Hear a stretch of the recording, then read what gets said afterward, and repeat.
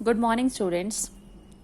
Today we will start our chapter number 7, and its name is Conservation of Plants and Animals. Conservation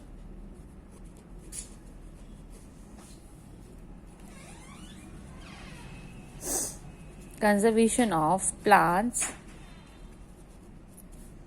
and animals.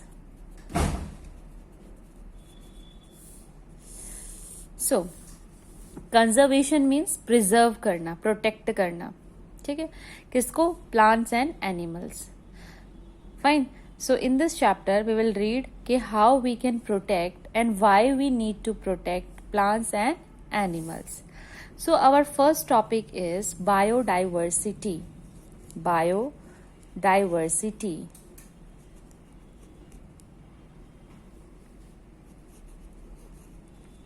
So what is biodiversity? Biodiversity का मतलब होता है बेटा कि जो भी आपके अर्थ की planet, earth is a planet, उसके ऊपर जितने भी लिविंग थिंग्स हैं they are known as the biodiversity. जैसे कि plants, animals, micro organism, microbial species, जो कि माइक्रो ऑर्गेनिज्म है ना, जो हमें दिखाई भी नहीं देते हैं, माइक्रोस्कोप से हम उसको देखते हैं, वो उनकी भी काउंटिंग किसके अंदर होती है बेटा? बायोडाइवर्सिटी. सो बायोडाइवर्सिटी में हम क्या पढ़ते हैं? हम क्या मेजर करते हैं? वैरायटी देखते हैं कि कितनी वैरायटी है हमारे पास. किसकी? प्लांट्स की कितनी वैरायटी है हमारे पास, right? Animals variety, and microbial species, यानी कि जो माइक्रो ऑर्गेनिज्म है. Okay, microbial species. सो इनके बारे में हम क्या करेंगे? स्टडी करेंगे. सो बायोडाइवर्सिटी की डेफिनेशन यहां से क्लियर हो गई कि biodiversity is a measure of the variety of plants, variety of animals, variety of microbial species. Okay, now अगर हम देखें कि हमें बायोडाइवर्सिटी को क्यों मेंटेन करना है, हमें क्यों कंजर्व करना है, why we need to maintain it, है ना? क्या जरूरत है हमें बायोडाइवर्सिटी को सेव करने के लिए? हमें yes we need to conserve और मेंटेन आवर बायोडाइवर्सिटी. वाई? क्योंकि हमें रिसर्च जब हम करते हैं ड्रग्स की, ड्रग्स मीन्स हियर मेडिसिन्स हमें यहाँ से मिलती हैं, राइट? क्रॉप्स हमें यहाँ से मिलती हैं, तो इसीलिए हमें इसको मेंटेन करके रखना चाहिए. जैसे nowadays our whole world is suffering from the कोविड-19 वायरस, राइट?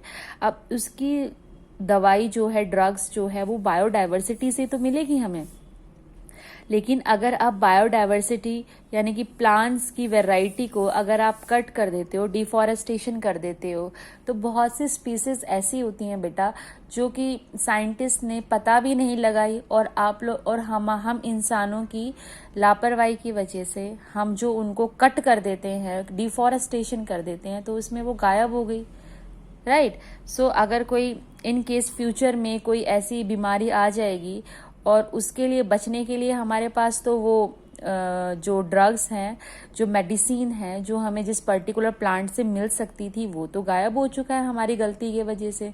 सो हम कैसे रिकवर कर पाएंगे उस बीमारी से, राइट? इसीलिए हमें जो है बच्चा डिफॉरेस्टेशन को अवॉइड करना चाहिए, राइट? हमें बिल्कुल भी डिफॉरेस्टेशन नहीं करना चाहिए, हमें अपनी बायोडाइवर्सिटी का ध्यान रखना चाहिए. फाइन. अगर देखा जाए 1 से लेकर ओनली 10% के माइक्रोब ऑर्गेनिज्म को ही हम जानते हैं अभी तक. सी 1 to 10% only. Rest of the 90% हमें अभी तक पता भी नहीं है, हमने उनको स्टडी भी नहीं किया है. वो हैं, रेस्ट ऑफ द 90% भी इस अर्थ पर माइक्रो ऑर्गेनिज्म हैं, बट हमें मालूम नहीं है, हमें we have not studied on it, हमने उनको स्टडी नहीं किया है, राइट? सो जब हम उसको स्टडी करेंगे तभी तो हमें उनकी ड्रॉबैक और उनकी एडवांटेजेस का पता लगेगा. जब हमने उनको देखा ही नहीं, उसको पढ़ा ही नहीं, then how we came to know, right और अगर ऐसे ही हम ध्यान नहीं रखेंगे बायोडाइवर्सिटी का तो दे विल एक्सटेंड, वो एक्सटेंड हो जाएंगे हमारे अर्थ से, गायब हो जाएंगी permanently. Then what we will do, right. So in this chapter हम यही पढ़ेंगे. अब लॉस ऑफ डाइवर्सिटी हो रहा है हमारा, लॉस ऑफ डाइवर्सिटी, जो हमारी बायोडाइवर्सिटी है उसके अंदर लॉस आ रहा है, कमी आती जा रही है. क्या रीज़न हो सकते हैं? बहुत सारे रीज़न हो सकते हैं. Yes, the first one is the deforestation, है ना बेटा. डिफॉरेस्टेशन, हम जो कटिंग कर रहे हैं, है ना. Over grazing, don't worry, we will also read this topics in later on this chapter. Over grazing, है ना. जो हम पॉल्यूशन कर रहे हैं, राइट. पॉल्यूशन, कौन सा पॉल्यूशन बेटा इसके अंदर? Land pollution and water pollution. ये ये कुछ रीजंस मैंने यहाँ पर लिखे हैं. दीज आर द रीजंस जिसकी वजह से हमारी जो बायोडाइवर्सिटी है उसके ऊपर इफेक्ट पड़ रहा है, because of these reasons, right. Fine बेटा. So our first topic we have done biodiversity की. बायोडाइवर्सिटी है क्या, है ना बेटा. Biodiversity is a variety of plants, animals and microbial species. हमें क्यों बायोडाइवर्सिटी को मेंटेन करके रखना चाहिए? Why we require the biodiversity? We require the biodiversity because हमें यहाँ से ड्रग्स मिलते हैं, मेडिसिन्स, हमें वेराइटी ऑफ क्रॉप्स मिलती है, राइट. एंड अप्रॉक्सीमेटली आज तक जो हमने स्टडी किए हैं माइक्रो ऑर्गेनिज्म को, 1 to 10% पे ही हमने स्टडी की है.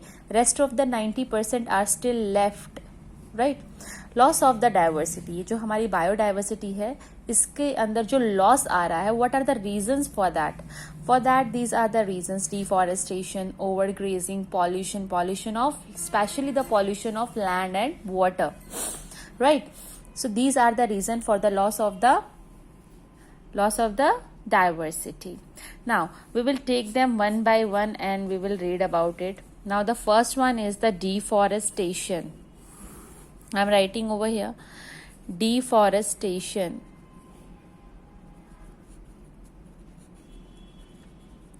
So what is deforestation? Deforestation means cutting of trees on a large scale. Cutting of trees on a large scale. जब लार्ज स्केल के में हम जो है ट्रीज को कट कर देते हैं, लार्ज अमाउंट में ट्रीज कट कर देते हैं किसी पर्टिकुलर एरिया से, तो that is known as the deforestation. Okay बेटा. So what are the cause of deforestation? अब हम जो डिफॉरेस्टेशन जो ह्यूमन बींग्स कर रहे हैं, I know this is a very bad thing, बहुत ही गलत आदत है, ये रूटीन है हमारा, हमने इसको अडॉप्ट कर लिया है क्योंकि हमें कुछ पर्टिकुलर चीज़ें हैं जो हमें फॉरेस्ट से चाहिए ही चाहिए हैं, क्योंकि हमने उसको अपने रूटीन में चेंज कर लिया है, हमें उनकी बहुत ज़रूरत है, हम नहीं रह सकते उनके बिना, राइट. सो इस वजह से हम डिफॉरेस्टेशन करते हैं. So what are the causes of deforestation? So causes क्या हैं? हमें क्या चाहिए वहां से? हमें टिम्बर चाहिए. क्यों? टिम्बर कहाँ से आता है? Wood say. We get wood from timber, ठीक है. जो टिम्बर ट्रीज होती हैं, हम उनमें से क्या चाहिए होता है हमें? वुड, और हम फ्यूल की तरह भी यूज करते हैं, राइट. जो विलेजेस हैं जहाँ पर अभी भी जो LPG गैस सिलेंडर्स हैं वो अभी तक प्रोवाइड नहीं हुए हैं, वो facility they are not having. So for cooking purpose they are using the wood as a fuel. Okay बेटा. So these are the reason. और क्या है? हमें एग्रीकल्चर के लिए भी हमें लैंड चाहिए. हमें खाने पीने के लिए चीजें उगानी है, वीट है, हमें क्रॉप्स है, राइट. हमें कॉटन की खेती करनी है, राइट. हमें कुछ मेडिसिन्स ग्रो करनी है किसी पर्टिकुलर एरिया पे लार्ज अमाउंट में. So we need land for that. और वो लैंड हमें कहाँ से मिलता है? From the forest. अब फॉरेस्ट से हमें क्या करना पड़ता है फिर? Yes, we have to cut down the trees. हमें ट्रीज को कट करना पड़ता है। And I know it's a very bad thing. हमें अपनी चॉइसेस को जो है अपने आप के, हमने इतनी रूटीन में इतनी चीज़ें बढ़ा ली हैं कि हम उनके बिना नहीं रह पाते हैं। अब हमें फर्नीचर चाहिए तो चाहिए, राइट। अब फर्नीचर हमें चाहिए और that should be made up of the wood only. हमारे विंडोज, हमारे ड्रेसिंग टेबल्स, हमारे bed, our windows, they all are made up of the wood. Almirahs, right, वो वुड की बनी हुई है और हम नहीं रह सकते उनके बिना, राइट। हमें वो अपनी ज़रूरतों में चाहिए ही चाहिए। For that purpose we are doing the deforestation, right. हमें लैंड चाहिए माइनिंग के लिए। माइनिंग के लिए मीन्स जैसे कोल वगैरह होता है, राइट बेटा। जैसे कोल वगैरह हमें फाइंड आउट करना होता है, राइट। हम निकालते हैं ज़मीन के अंदर से। सो वो माइनिंग करने के लिए हमें we require a particular land. अब उस लैंड के पे क्या है, फॉरेस्ट है। अब फॉरेस्ट से हमने क्या किया, पहले deforestation, we have cutted down the trees, right. Now और क्या करते हैं हम, फॉरेस्ट से बहुत सारी चीज़ें लेते हैं बच्चा। हम लेटेक्स लेते हैं, रेसेंस लेते हैं, वी रिक्वायर, हम फ्रूट्स भी लेते हैं, वेजिटेबल्स भी लेते हैं, fine. So these are the what are the causes? These are the causes of the deforestation. Now we will read. अब हमने deforestation तो कर दिया, अब उसकी consequences क्या होंगी। जो हमने deforestation किया है उसकी consequences क्या होंगी। अब मीन्स अब हम कैसे सफ़र करेंगे, उसका रिजल्ट क्या निकलेगा। किसका रिजल्ट, डिफॉरेस्टेशन। अब ह्यूमन बींग्स को कैसे सफ़र करना पड़ेगा जो उन्होंने डिफॉरेस्टेशन किया है। Now they have to suffer it. How they will suffer? The first one is the increase in temperature and pollution. जो हमारे अर्थ का टेम्परेचर है वो इंक्रीज हो जाएगा। Temperature will increase and of course the pollution. Yes और no, क्योंकि temperature cool down करने में हमारे एनवायरमेंट को there who help us, yes, forest. जहाँ पर ट्रीज हैं, जहाँ पर ट्रीज होती है बेटा लार्ज अमाउंट में, वहाँ पे बारिश होती है, रेनफॉल होती है, राइट।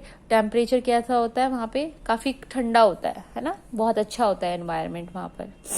बट अगर आप ट्रीज ही जो फॉरेस्ट है आप डिफॉरेस्टेशन कर दोगे वहाँ पर, then what will happen, of course temperature will increase. गर्मियों में बहुत ही ज़्यादा गर्मी होगी और टेम्परेचर बहुत हाई चला जाएगा। Yes, it will also affect the pollution. अब पॉल्यूशन जो है, जो फॉरेस्ट है बच्चा, वो हमारे एयर को प्योरीफाई करते हैं, है ना, क्लीन करते हैं ना, प्योरीफाई करते हैं, ऑक्सीजन लेवल को इंक्रीज करते हैं, कार्बन डाइऑक्साइड को डिक्रीज करते हैं। But if we did deforestation over a particular area, then what will happen, yes, pollution will increase. Air जो है पॉल्यूटेड हो जाएगी, राइट। और क्या होगा बेटा, ऑक्सीजन लेवल डाउन चला जाएगा, ऑक्सीजन लेवल डाउन चला जाएगा। और जो आपका कार्बन डाइऑक्साइड है एयर में, that will increase, carbon dioxide increase हो जाएगी and oxygen level will get decrease, है ना। रेनफॉल कम हो जाएगी, बारिश कम हो जाएगी वहां पर, और रेनफॉल कम हो गई, then what will happen, fertility. Rainfall का डायरेक्ट इफेक्ट किस पे आएगा, फर्टिलिटी ऑफ द सॉइल। जो फर्टिलिटी है सॉइल की वो क्या हो जाएगी, डाउन हो जाएगी। That fertility of the soil will get down, right बेटा। नाउ और क्या होगा बच्चा, ग्लोबल वार्मिंग हो जाएगी।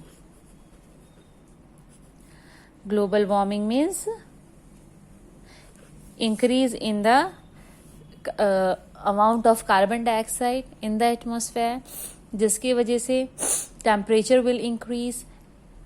एंड जब ये सब लार्ज स्केल पर हो जाता है तो उसको क्या बोलते हैं बच्चा, ग्लोबल वार्मिंग।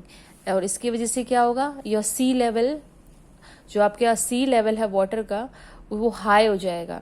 और हाई होने से क्या होगा, जो लैंड का एरिया है that will get submerge into the water.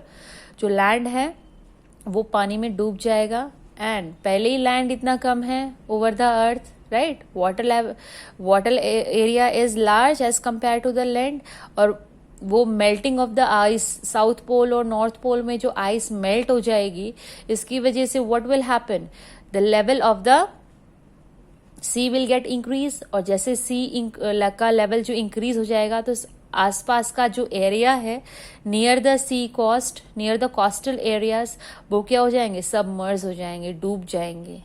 किसके अंदर, इनसाइड द ओशियन, राइट बेटा। So these are the various consequences which we have to face if deforestation will be continue like this only. Fine. Our next topic is flora and fauna. Yes, our next topic is flora and fauna. Flora and फोना बेटा ये दोनों ही words कैसे हैं, biological words हैं, biology में हम इसको यूज करते हैं। And fauna, flora means plants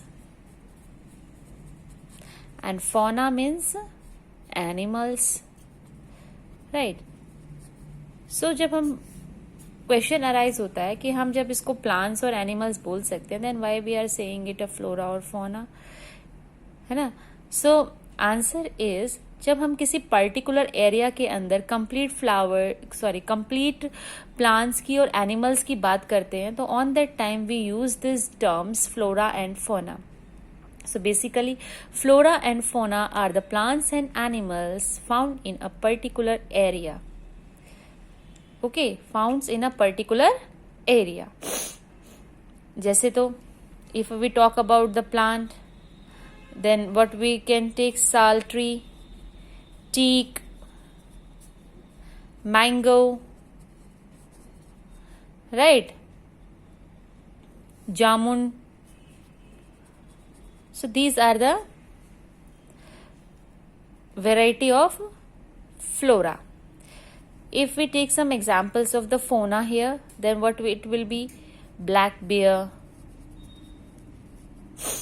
leopard, wild dog, wolf. So these are the various examples of the fauna. Okay बेटा, अब इनके लिए कुछ फ्लोरा और फोना के लिए हमारे पास इंडिया में मध्य प्रदेश के अंदर we have a biosphere reserve, जहाँ पर जो स्पीसीज हैं फ्लोरा और फोना की, वहाँ पे उनको रिजर्व किया जाता है और उनको नेचुरल एनवायरनमेंट और हैबिटेट प्रोवाइड कराने की कोशिश की जाती है, so that they can increase in number. Okay, now wild life.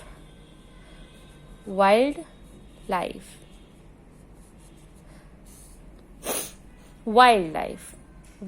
में we have some living organism which are undomesticated, means वो animals जो कि क्या हैं, those animals जिसको हम अपने घर पर पाल नहीं सकते हैं, राइट, जो बहुत डेंजरस हैं फॉर ह्यूमन बींग्स।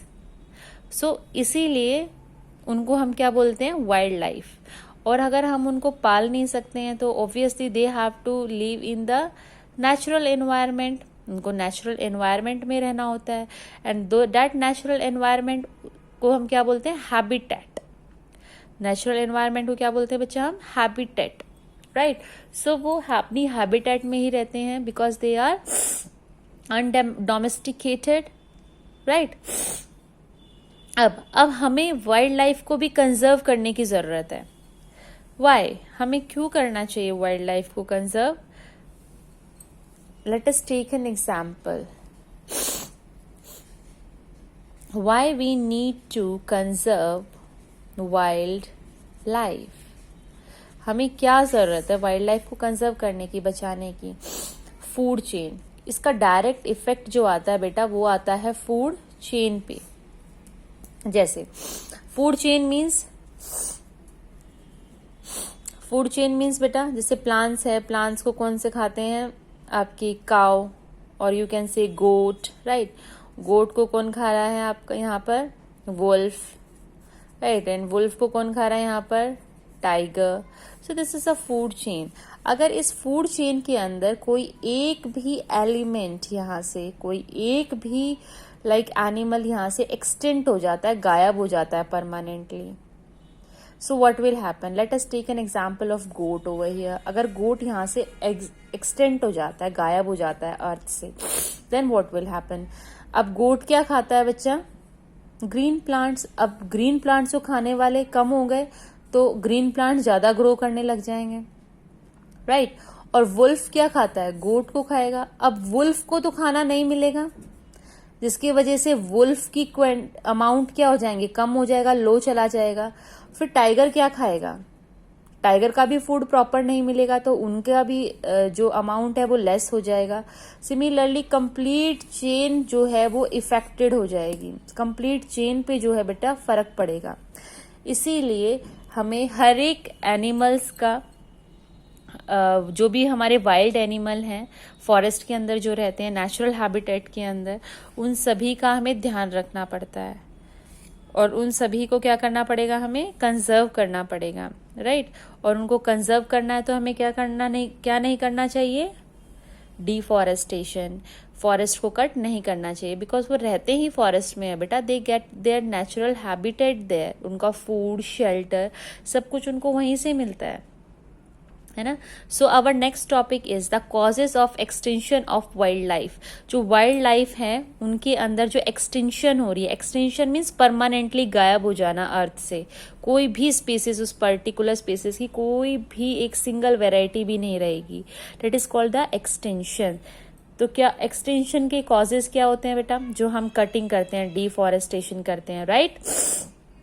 एनिमल्स को हम किल कर देते हैं, उनका फूड, उनको एज अ खाने की तरह हम खाने लग जाते हैं, उनकी स्किन का यूज करते हैं, राइट? हम एनिमल्स का प्रोडक्ट्स भी बनाते हैं, शूज, बैग, राइट? अगर हम उनको वहां पर यूज कर रहे हैं, this will also cause the extension of the wild life. अगर हम जो माइनिंग है वो लार्ज स्केल पर कर दें, that will effect the forest, and forest have the direct link with the wild life. अगर फॉरेस्ट पे इफेक्ट आएगा तो किस पे इफेक्ट आएगा? वाइल्ड लाइफ पे भी इफेक्ट आएगा, राइट? फ्लड आने लग जाएगा. नेचुरल जो कैलेमिटीज हैं वो इंक्रीज हो जाएंगे, जैसे तो ड्रॉट, सूखा पड़ जाना, या एकदम से फ्लड आ जाना, फॉरेस्ट में फायर लग जाना, राइट? इसकी वजह से भी क्या होता है बेटा? वाइल्ड लाइफ एक्सटेंड हो जाती है, वाइल्ड लाइफ पे फर्क पड़ता है, वाइल्ड लाइफ जो है कम हो जाती है, राइट? और लिटिल अवेयरनेस, हमें जो अवेयर है, जो भाई हमें अवेयरनेस फैलानी चाहिए लोगों के अंदर कि हमें क्यों कंजर्व करना चाहिए हमारी वाइल्ड लाइफ को, हमारे फॉरेस्ट को, why we need to conserve them. So ऐसे लोगों को पता होना चाहिए, right? So these are the various causes which